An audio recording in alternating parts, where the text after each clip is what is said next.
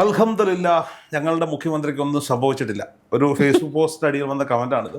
4 ദിവസങ്ങൾക്ക് ശേഷം ഇലക്ഷൻ റിസൾട്ടിന് 4 ദിവസങ്ങൾക്ക് ശേഷം കേരളത്തിലെ ഇടതുപക്ഷ മുന്നണിക്ക് ഒരു വലിയ ഭൂരിപക്ഷം നേടിക്കൊടുത്ത, ഇപ്പോൾ താഴോട്ടാണെന്നേ ഉള്ളൂ എങ്കിൽ പോലും നേടിക്കൊടുത്ത, ഇടതുപക്ഷത്തെ മുന്നിൽ നിന്ന് നയിച്ച, 10 വർഷത്തെ കേരളത്തെ നയിച്ച, കാസർഗോഡ് മുതൽ തിരുവനന്തപുരം വരെ ഹോർഡിങ്സുകൾ കൊണ്ട് തരംഗം തീർത്ത ജനങ്ങളുടെ ജനനായകൻ, ഒപ്പം നിന്ന ഘടകകക്ഷികളെയെല്ലാം സംപൂജ്യരാക്കി മാറ്റിയ കേരളത്തിൻ്റെ പ്രിയപ്പെട്ട ക്യാപ്റ്റൻ സഖാവ് പിണറായി വിജയൻ ഇതാ ഫേസ്ബുക്കിൽ 4 മിനിറ്റുകൾക്ക് മുമ്പ്, ഞാൻ ഈ വീഡിയോ എടുക്കുന്നതിന് 4 മിനിറ്റ് മുമ്പ് ഫേസ്ബുക്കിൽ പോസ്റ്റ് ഇട്ടിരിക്കുന്നു. ഒന്നും പുള്ളിയുടെ തെറ്റല്ല, എല്ലാം അപ്രതീക്ഷിതമായി പോയിരുന്നു. മേഘ, എന്താണ് ഫേസ്ബുക്ക് പോസ്റ്റിനെ പറ്റി പറയാനുള്ളത്?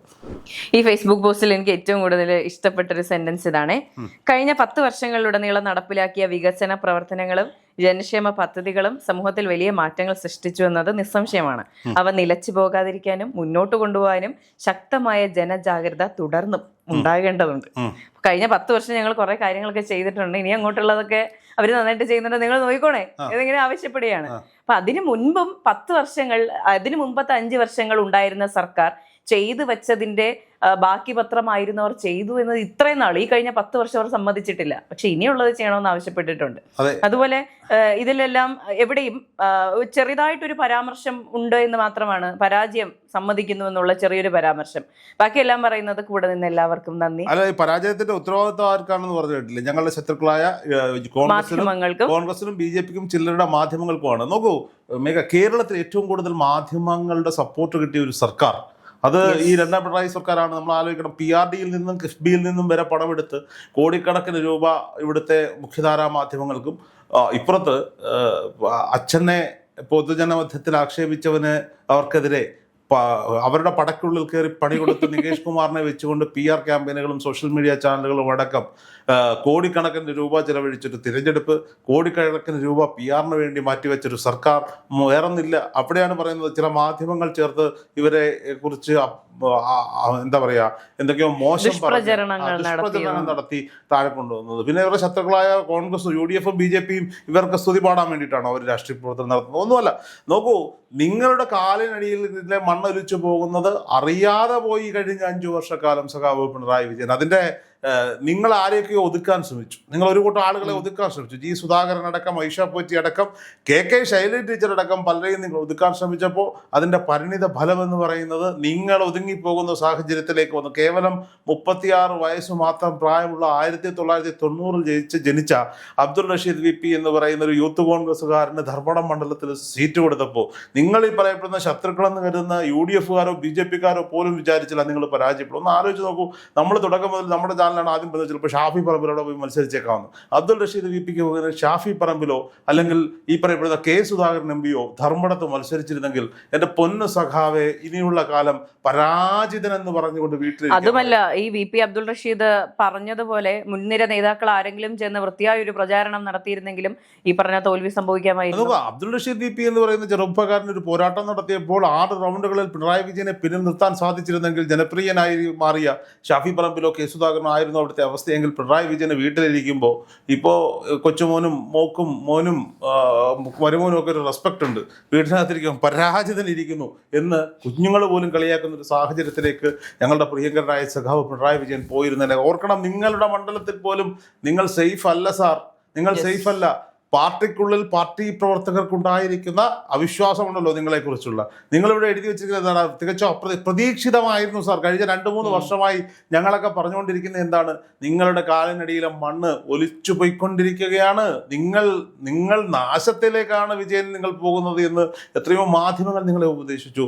നിങ്ങളുടെ ഈ 35 വാഹനത്തിൻ്റെ അകമ്പടിയും മാധ്യമങ്ങളോടും സാധാരണക്കാരോടും കാണിക്കുന്ന ഈ ഗർവവും അഹന്തയും, നിങ്ങൾ ചിരിച്ചിരിക്കുന്ന ചിത്രങ്ങൾ കൊണ്ട് നിങ്ങളുടെ PR ഏജൻസികൾ, നിങ്ങളുടെ ക്യാപ്സൂൾ സപ്ലയേഴ്സ് ഒക്കെ സപ്ലൈ ചെയ്തിട്ടൊന്നും മാറ്റിയെടുക്കാൻ പറ്റുന്ന തെറ്റുകളല്ല നിങ്ങൾ ഈ ജനങ്ങളോട് ചെയ്തത്. ഒരു രാജാവ് ഒരു നാടിന് എന്ത് കൊടുത്തു എന്ന് പറഞ്ഞാലും ആ രാജാവിന്റെ പെരുമാറ്റം മോശമാണെങ്കിൽ ആ രാജാവിനെ ആളുകൾ താഴെ ഇറക്കുക തന്നെ ചെയ്യും. ജനം ആഗ്രഹിക്കുന്നുണ്ട് സാറേ, ജനം ആഗ്രഹിക്കുന്നുണ്ട്. നമുക്ക് PSC പരീക്ഷ എഴുതി കഷ്ടപ്പെട്ട് ജോലിയിൽ കയറി ഒരു ഉദ്യോഗസ്ഥൻ അവൻ്റെ കസേരയിൽ ഇരുന്നു കൊണ്ട് ജനത്തോട് അഹന്ത കാണിച്ചാൽ പോലും ജനം തിരിച്ചു വയ്ക്കും. നിനക്കൊക്കെ ശമ്പളം തരുന്നത് എൻ്റെ നികുതി പണത്തിൽ നിന്നല്ലേ എന്താണെന്ന് ചോദിക്കുന്ന കാലഘട്ടത്തിലാണ് ഒരു പരീക്ഷയും എഴുതാതെ കേവലം രാഷ്ട്രീയ പ്രവർത്തനത്തിൻ്റെ പിൻബലത്തിൽ വോട്ട് ചോദിച്ചു വന്നപ്പോൾ പാവപ്പെട്ടവൻ വോട്ട് ചെയ്ത് ജനാധിപത്യ വ്യവസ്ഥ തെരഞ്ഞെടുക്കപ്പെട്ട് അങ്ങോട്ടേക്ക് പോയി അവരുടെ നേതാവായി മുഖ്യമന്ത്രിയായി മാറിയിട്ട് അവർക്ക് നേരെ തിരിഞ്ഞു നിന്ന് മുണ്ട് പൊക്കി കാണിക്കുന്ന പരിപാടിയും കൊണ്ട് നിന്നാൽ അവിടെ ആ പൊക്കി കാണിച്ച ഭാഗത്ത് നല്ല കുരുമുളക് അരച്ച് ചേർക്കാൻ അറിയാവുന്ന പ്രബുദ്ധരായ മലയാളികളുള്ള നാടാണിത്.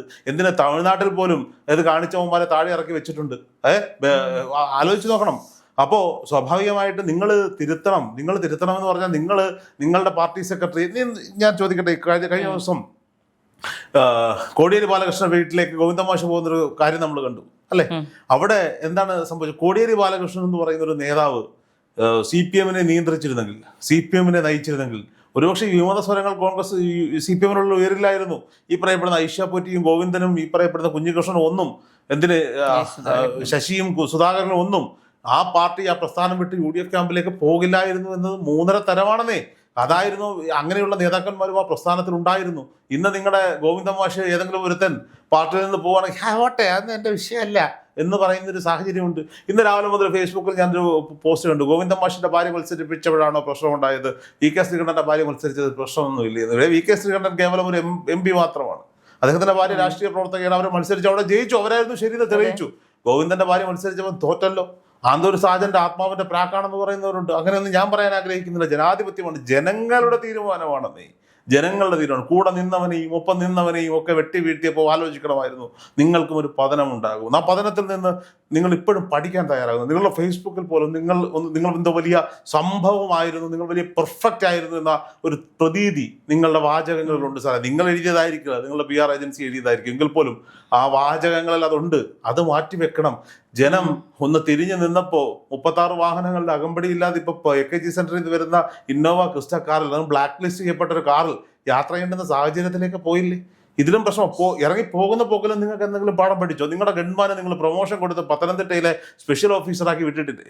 പോകുന്ന പോക്കിൽ അവസാനം നിങ്ങൾ ഒപ്പിട്ടതും ഈ പറയപ്പെടുന്ന സ്വജനപക്ഷപാതത്തിന്റെ ഫയലുകളല്ലേ? സാധാരണക്കാരന് വേണ്ടി നിങ്ങൾ എന്താ ചെയ്തത്?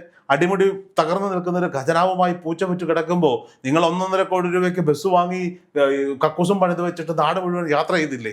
ആ യാത്രയിൽ ഇവിടുത്തെ നാട്ടുകാർക്ക് എന്ത് ഗുണമാണ് ഉണ്ടായത്? എന്നിട്ടും ലോക കേരള സഭ എന്ന് പറഞ്ഞ് കോടികൾ നിങ്ങൾ പൊഴിച്ചില്ലേ? നവകേരള എന്തൊക്കെയോ പരിപാടികൾ നിങ്ങൾ നടത്തിയില്ലേ? എന്നിട്ട് അയ്യപ്പ വിശ്വാസികളുടെ മേൽ കുതിര കയറി അവിടുത്തെ വിശ്വാസങ്ങളെ മുഴുവൻ തച്ച് തകർത്ത് പ്രതിഷേധിച്ച അയ്യപ്പന്മാരെ മുഴുവൻ ലാത്തിക്കടിച്ച് താഴെ ഇട്ടിട്ട് അവിടെ പെണ്ണുങ്ങളെയും കയറ്റിയിട്ട് 5 വർഷം കഴിഞ്ഞപ്പോൾ ബോധോദയം ഉണ്ടായപ്പോൾ ശബരിമല അയ്യപ്പന്റെ പേരിൽ നിങ്ങൾ അയ്യപ്പ സംഗമം നടത്താൻ പോയില്ലേ? അവസാനം എന്തായി? അയ്യപ്പ സംഘം നടത്താൻ ചെന്ന ദിവസം തന്നെ അവിടുത്തെ സ്വർണ്ണക്കൊള്ള പുറത്തു വരികയും നിങ്ങളുടെ പാർട്ടിയുടെ മുൻ ജനപ്രതിനിധികളും നിങ്ങളുടെ പാർട്ടിയുടെ ഉത്തരവാദിത്തപ്പെട്ട പോസ്റ്റിൽ ഇരിക്കുന്നവരും നിങ്ങൾ ദേവസ്വം ബോർഡ് വെച്ചവരുമാണ് അയ്യപ്പന്റെ സ്വർണ്ണം കട്ടെടുത്തത് എന്ന് പറഞ്ഞിട്ട് മുഖ്യമന്ത്രി എന്ന നിലയിൽ, ബഹുമാനപ്പെട്ട ആഭ്യന്തര വകുപ്പ് എന്ന നിലയിൽ ഒരു അക്ഷരം അവർക്കെതിരെ മിണ്ടാൻ, അവരെ പാർട്ടിയുടെ പ്രാഥമിക അംഗത്തിൽ നിന്ന് പുറത്താക്കാൻ നിങ്ങളെ കൊണ്ട് സാധിച്ചോ സഖാവേ? ഇതൊക്കെ ജനം കാണുന്നില്ലായിരുന്നു സഖാവേ, കാണുന്നില്ലായിരുന്നു. മാസപ്പടി കേസ് നമുക്കറിയാവുന്ന കേസാണ്. നിങ്ങളുടെ മകൾക്കെതിരെ ആരോപണം ഉണ്ടായി, നിങ്ങളുടെ മകനെതിരെ ആരോപണം ഉണ്ടായി. അപ്പൊ നിങ്ങൾ എന്താ പറഞ്ഞേ? മക്കളെ നല്ല രീതിയിലാണ് ഞാൻ വളർത്തിയത്. അല്ലാതെ അങ്ങനെ ഒരു പ്രശ്നം ഉണ്ടെങ്കിൽ അന്വേഷിക്കുക പറയാൻ നിങ്ങൾക്ക് എന്തെങ്കിലും ആർജവം ഉണ്ടായോ? കേസ് അവർ നിരപരാധികളായിരിക്കും, അപരാധികളാണെന്നൊന്നും ഞാൻ പറയുന്നില്ല. ആരോപണം വന്നപ്പോൾ കേസ് അന്വേഷിക്കാനുള്ള ആർജവം നിങ്ങൾ കാണിച്ചോ? നിങ്ങൾ ആക്ഷേപങ്ങൾ പറഞ്ഞ് നിങ്ങൾ കല്ലെടുത്തെറിഞ്ഞൊരു നേതാവുണ്ടായിരുന്നല്ലോ കേരളത്തിൽ. പിന്നീട് ഇവിടുത്തെ ബഹുമാനപ്പെട്ട നീതിന്യായ വ്യവസ്ഥ നിരപരാധിയാണെന്ന് വിധിച്ച, അതിനുശേഷം മരണമടഞ്ഞ, നിങ്ങളുടെ ആരോപണങ്ങൾ കൊണ്ട്, നിങ്ങളുടെ ആക്രമണങ്ങൾ കൊണ്ട് ശരീരശേഷി നഷ്ടപ്പെട്ട, സംസാരശേഷി നഷ്ടപ്പെട്ട, ശയ്യാവലംബിയാക്കപ്പെട്ട് പിന്നീട് മരണം നൽകിയ ഒരു നേതാവ് ഉമ്മൻചാണ്ടി, ഓർമ്മയുണ്ടോ? അദ്ദേഹം മുഖ്യമന്ത്രി ആയിരിക്കുമ്പോൾ അദ്ദേഹം തന്നെ ജുഡീഷ്യൽ കമ്മീഷനെ വെച്ചു അദ്ദേഹത്തിനെതിരെയുള്ള ആരോപണങ്ങൾ അന്വേഷിക്കാൻ. എന്നിട്ട് 12 മണിക്കൂർ നേരം ആ ജുഡീഷ്യൽ കമ്മീഷന്റെ മുന്നിൽ പോയിരുന്നു ഉമ്മൻചാണ്ടി. നിങ്ങളോ? നിങ്ങളുടെ കുടുംബത്തിനെതിരെ ആരോപണം ഉണ്ടായപ്പോൾ നിങ്ങൾ വേറെന്തൊക്കെയോ പറഞ്ഞ് മുന്നോട്ട് പോയി. ഈ കപ്പൽ ആടി ഉലയുകയില്ല സാർ. നിങ്ങൾ അത് കേട്ട് കോരിത്തരിച്ചു. നിങ്ങളുടെ ചുറ്റുമുണ്ടായിരുന്ന 98 പേർ, 99 പേർ, PV Anwar അടക്കമുള്ള 99 പേർ 4.5 വർഷക്കാലം നിങ്ങളെ വാഴ്ത്തുപാട്ടുകളുമായി വന്നപ്പോൾ നിങ്ങളതിലൊക്കെ അതിരമിച്ച് ഇതാണ് ജനത്തിന്റെ വിചാരമെന്ന് വിചാരിച്ചു. ജനങ്ങളുമായി സമ്പർക്കം പുലർത്താൻ ജനങ്ങളോട് നിങ്ങൾ എപ്പോഴാണ് സാർ സംസാരിച്ചിട്ടുള്ളത്? നിങ്ങളുടെ വീട്ടിൽ ചെല്ലുമ്പോൾ നിങ്ങളുടെ ഭാര്യയും മക്കളും കൊച്ചുമക്കളും പിന്നീട് നിങ്ങളുടെ പാർട്ടി അണകളും നിങ്ങളുടെ ഉദ്യോഗസ്ഥ വൃന്ദവും നിങ്ങൾക്കൊപ്പമുള്ള MLA-മാരും മാത്രം പറഞ്ഞു തരുന്നത് മുഴുവൻ നിങ്ങൾ കേട്ടു. ഇതായിരുന്നില്ല സാർ ജനത്തിന്റെ പൾസ്. ആയിരുന്നെങ്കിൽ കണ്ണൂരിലെ ഇടതുകോട്ടകളിൽ ഈ വിള്ളൽ സംഭവിക്കില്ലായിരുന്നു, കൊല്ലത്തെ ഇടതുകോട്ടകളിൽ ഈ വിള്ളൽ സംഭവിക്കില്ലായിരുന്നു. നിങ്ങളെല്ലാവരെയും വെട്ടിവീഴ്ത്തുന്ന തിരക്കിലായിരുന്നു. നിങ്ങൾക്ക് 10 വർഷക്കാലം കിട്ടിയപ്പോൾ അഹങ്കാരത്തിന്റെ മൂടുപടം ഈ 83-ാം വയസ്സിലും പിണറായി വിജയന്റെ മുകളിലേക്ക് വന്ന് വീണു സാർ. അതിന്റെ ഫലമാണ് സാർ നിങ്ങൾ അനുഭവിച്ചത്. നിങ്ങളൊരു ഫേസ്ബുക്ക് പോസ്റ്റ് കൊണ്ട് ഇങ്ങനെയൊന്നും പറഞ്ഞ് പോയാൽ പോരാ. നിങ്ങൾ പറയേണ്ടത് കേരള ജനതയോട് ഞാൻ ചെയ്തതിന്, എൻ്റെ രീതികൾക്ക് ഇവിടുത്തെ കമ്മ്യൂണിസ്റ്റ് പ്രസ്ഥാനങ്ങളോട് മാപ്പ് പറയണം മിസ്റ്റർ പിണറായി വിജയൻ. മാപ്പ് പറഞ്ഞിട്ട് ഇനിയും സ്ഥിരപക്ഷം കാണിക്കാതെ കൊള്ളാവുന്നവന്മാരെ പാർട്ടിയുടെ തലപ്പത്തും കൊള്ളാവുന്നവന്മാരെ പ്രതിപക്ഷ നേതാവുമാക്കി നിർത്തി ഈ വരാൻ പോകുന്ന UDF സർക്കാരിൻ്റെ മികച്ച പ്രതിപക്ഷമാകണം എന്ന് പറയുമ്പോൾ ഒരു അപേക്ഷ കൂടി നിങ്ങളോടുണ്ട്. ഈ പാലക്കാട് നമ്മൾ കണ്ടതാണ്. പാലക്കാട് അങ്ങോട്ടും ഇങ്ങോട്ടും കുപ്പി എറിഞ്ഞതിൻ്റെ പേരിൽ പോലീസ് ഒരു കുപ്പി എറിഞ്ഞവനെ അടിച്ചതിൻ്റെ പേരിൽ നിങ്ങൾ പാലക്കാട് നിങ്ങളുടെ പാർട്ടി കാട്ടിയ കോപ്രായങ്ങളൊക്കെ ഈ ജനങ്ങൾ കണ്ടു. നിങ്ങൾ പാലക്കാട്ടെ ജില്ലാ സെക്രട്ടറി വെച്ച് പോലീസിനെ വെല്ലുവിളിപ്പിച്ചു. തിരിച്ചടിക്കുമെന്ന് പറഞ്ഞു പോലീസിനെ. നിങ്ങളെല്ലാം മറന്ന് പഴയ കവലച്ചട്ടമ്പിമാരുടെ കീരേലി അച്ചുവിൻ്റെ പാർട്ടിയാകാനാണ് നിങ്ങൾ തീരുമാനിച്ചിരിക്കുന്നത്. ഇവിടുത്തെ SFIക്കാരൻ പറയുന്നുണ്ട്, ഭരണത്തിലിരിക്കുന്ന SFI നിങ്ങൾ അറിയൂ, ഭരണമില്ലാത്ത കാലത്ത് SFI നിങ്ങൾ അറിയില്ല എന്ന്. നിങ്ങൾ SFI എന്നും DYFI എന്നും ഈ പറയപ്പെടുന്ന CPM എന്നും CITU എന്നൊക്കെ പറഞ്ഞുകൊണ്ട് ജനജീവിതം ദുസ്സഹമാക്കുന്ന ഹർത്താലുകളും സമരമുറകളുമായി റോഡിലേക്ക് ഇറങ്ങിയ നിങ്ങളെ തിരിച്ചടിക്കുന്നത് ഇവിടുത്തെ പോലീസ് ആയിരിക്കില്ല, ഇവിടുത്തെ കോൺഗ്രസ്സുകാരായിരിക്കില്ല, ഇവിടുത്തെ യുവമോർച്ചക്കാരായിരിക്കില്ല, ഇവിടുത്തെ ജനങ്ങളായിരിക്കും. കഴിഞ്ഞ 5 വർഷക്കാലങ്ങളിൽ സമരമുഖങ്ങളില്ലാത്ത, ഹർത്താലില്ലാത്ത, ബന്ദില്ലാതെയും രാഷ്ട്രീയ പ്രവർത്തനം നടത്താമെന്നൊരു നേതാവ് അയാളുടെ കർമ്മം കൊണ്ട് കാണിച്ചു തന്ന വർഷങ്ങളാണ് സർ കടന്നുപോയത്. അതേ രീതിയിൽ ആശയങ്ങൾ കൊണ്ട് നേരിടാൻ തയ്യാറാകണം, അല്ലാതെ ആശയങ്ങളെ ആയുധങ്ങൾ കൊണ്ട് നേരിടാനല്ല ഇടതുപക്ഷം ശ്രമിക്കേണ്ടത്. ഇടതുപക്ഷം കുറച്ചും കൂടി ജനകീയമാകണം സാർ. നിങ്ങൾ വീടുകളിൽ നിന്ന് കളക്ട് ചെയ്യുന്ന ഭക്ഷണപ്പൊതികൾ, നിങ്ങളുടെ സ്നേഹപ്പൊതികൾ, ഞാൻ റെസ്പെക്ട് ചെയ്തുകൊണ്ട് തന്നെ പറയുകയാണ്, നിങ്ങളുടെ പൊതിച്ചോർ വിതരണം ഇതൊക്കെ കൊടുത്തിട്ട് നിനക്ക് ഞങ്ങൾ പൊതിച്ചോർ തന്നില്ലട നാറി എന്ന് രാത്രി പോയിരുന്ന് വീമ്പ് വിളിക്കുന്ന നേതാക്കന്മാരുണ്ട്. മീശ പിരിക്കുന്നില്ലെന്നേ ഉള്ളൂ, മുണ്ട് പൊക്കി കൊടുക്കുന്നില്ലെന്നേ ഉള്ളൂ. ഇവന്മാരൊക്കെ പഴയ കീരയിലെ അച്ചുക്കളാണ്. അവിടെയൊക്കെയാണ് തിരുത്തൽ വരേണ്ടത്. കൊള്ളാത്തവനെയൊക്കെ പടിക്കടിച്ച് പടിക്ക് പുറത്താക്കണമെങ്കിൽ ആർജവത്തോടെ ജനം പറയുന്ന കൊള്ളാത്തവന്മാരായ ഈ പറയപ്പെടുന്ന പാർട്ടി സെക്രട്ടറിയും ഈ പറയപ്പെടുന്ന ചീഫ് മിനിസ്റ്ററും നിങ്ങൾ രണ്ടുപേരും ആദ്യം മാറി നിൽക്കണം ഈ പാർട്ടിയിൽ നിന്ന്. പ്രായമായില്ലേ സഖാവേ? റെസ്റ്റ് ആവശ്യമാണ്, വിശ്രമം ആവശ്യമാണ്. വിശ്രമം എടുക്കണം സാർ.